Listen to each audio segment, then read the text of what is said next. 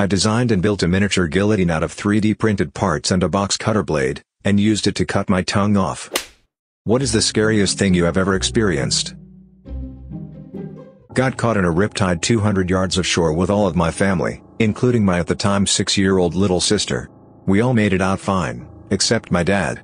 He was so exhausted from carrying my sister that he was barely able to stay afloat. They had to send a rescue crew to get him. We all made it out alive, thank God. Probably the aftermath of a grand mal/tonic-clonic seizure, in which I fractured a vertebra. I woke up on the ground with 2 strangers over me while I was in the worst pain I had ever experienced, and I didn't know where I was or who these people were. Turned out to be EMTs, or why I was in too much pain to move. They kept asking really simple questions, and I just didn't know the answers, which freaked me out more. It was May and they asked what month it was. I thought really hard and didn't know, and I looked outside and thought it looked like August and gave that as my guess. They asked where I was. I didn't know that either. It turned out to be my living room. My girlfriend was also right there, having called the ambulance. They asked me my girlfriend's name. I said I didn't have a girlfriend. This was a very different form of negative emotion. I feel so guilty about that, even though there was nothing I could have done about it. I also feel guilty about having had a seizure in front of her because it scared the crap out of her. Amphetamine-induced psychosis. I spent a period of time addicted to crystal meth, and the psychosis one goes through after having not slept for days at a time is scary. You see shadow people. You believe everyone is out to get you. Every conversation out of your earshot is about you. Your delusions become very real.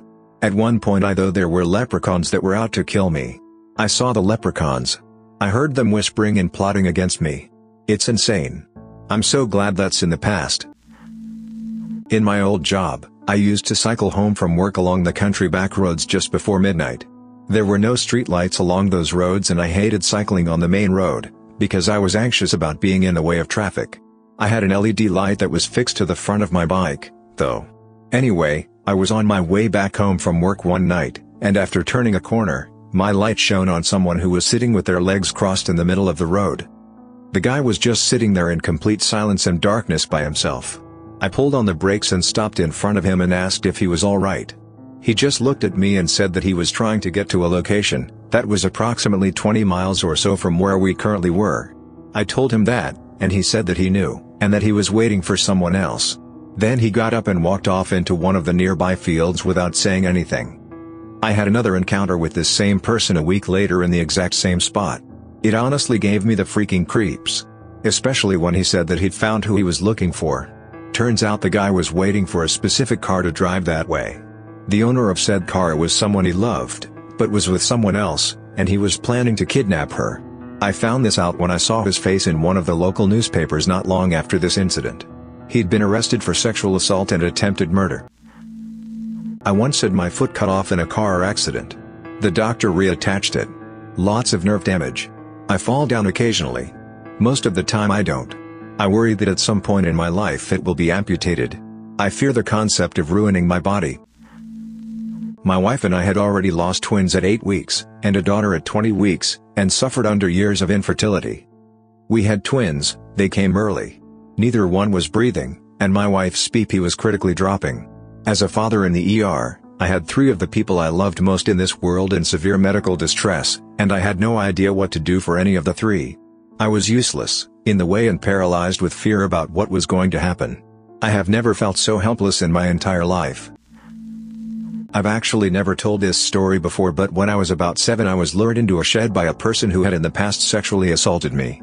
I guess they were afraid I was going to tell, so they tied my long shirt sleeves behind my back and slowly covered my nose and mouth with duct tape and left me laying there. It was like falling down a long tunnel.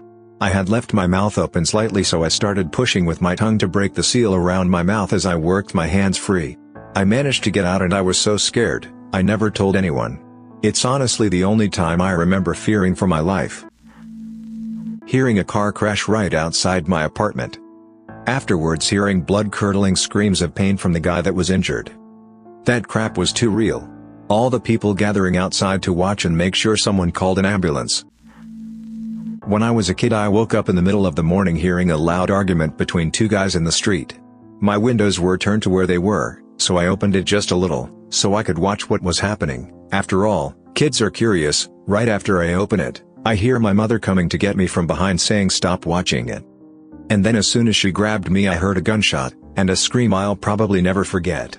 It was weird, at the time I kinda didn't understand what had just happened, but she was so afraid for me because the guys arguing were literally in front of my house, and she said that in that moment all that she was doing was praying that he wouldn't enter our house after we became witnesses to the crime. When I was in high school about 10 years ago, I was home alone while my mom went to pick up my brother, and before my mom left she told me to bring the dogs in.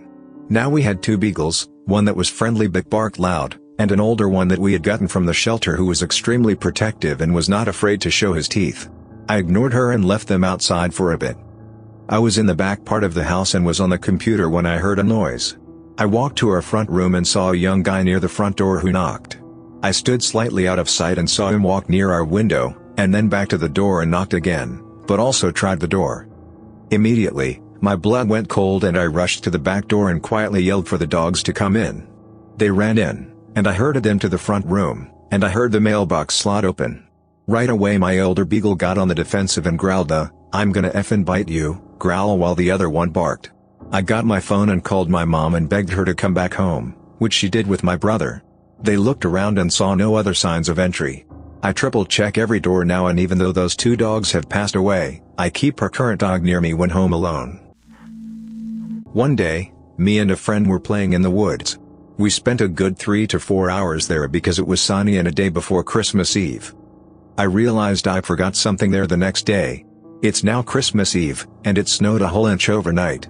As I'm walking to the spot where we were, I noticed that someone set up, in a previously trashed area that someone probably camped in, 5 expensive foldable chairs in a semicircle with a ladder and a noose in the middle. I bolted out of there because if someone is crazy enough to set that up in the middle of the night when it's snowing on Christmas Eve, then they might have still been there waiting for someone. Let me preface this story with, I have a phobia of water I can't see the bottom of. r/thalassophobia for anyone wondering if they have the same thing. When I was younger, my brother was driving me home, at night, from a 4-H model railroading meeting. This was February in Indiana and we were driving on country roads to get home. We came to a stop sign and when my brother touched the brakes to slow down the SUV, we were in went sideways on black ice. In an attempt to save it he overcorrected, and we ended up in this slow-angle descent into a drainage ditch. When the driver's side tire went into the icy black water of the ditch, the truck slowly lurched onto the driver's side and then upside down into the water. Black freezing deck began rushing into the truck and I nearly lost my mind. My brother put his hand on the ceiling and released his belt, and I tried to do the same. But being 5 years younger and in near panic I couldn't get my buckle undone, so I had to use both hands and fell into a clump on the floor. We clambered to the back of the vehicle and my brother began kicking the side window to no avail. At this point I had enough wherewithal to find a pair of my dad's needle nose pliers and shatter the rear windshield so we could climb out. The water was only like 2 feet deep, but I didn't know that while I was upside down and water began rushing in through the door seals. I cut the crap out of my hand, shattering the rear window. The most important thing that happened that frigid night was a douchebag in a Camaro blew right past us while we were standing next to the road, and then a couple in a minivan pulled up to the stop sign a minute later and drove us all the way home. Like 30 minutes out of their way. I still stop anytime I see someone in need because of them. Growing up I had a bad relationship with my 3 older sisters, but particularly the one closest in age to me. There isn't one moment in particular but a series of them. When my parents would go off on dates, there were too many times where my sister ended up chasing me with a knife and she wasn't just playing around. She meant real harm. We would spend 15 minutes on opposite sides of the table running around it, trying to prevent my sister getting close enough to stab me, all the while trying to get to the phone so I could call my parents. Then try to get to the bathroom because it was the only room with a lock on the door. She would then sometimes threaten to come into my room and kill me in my sleep.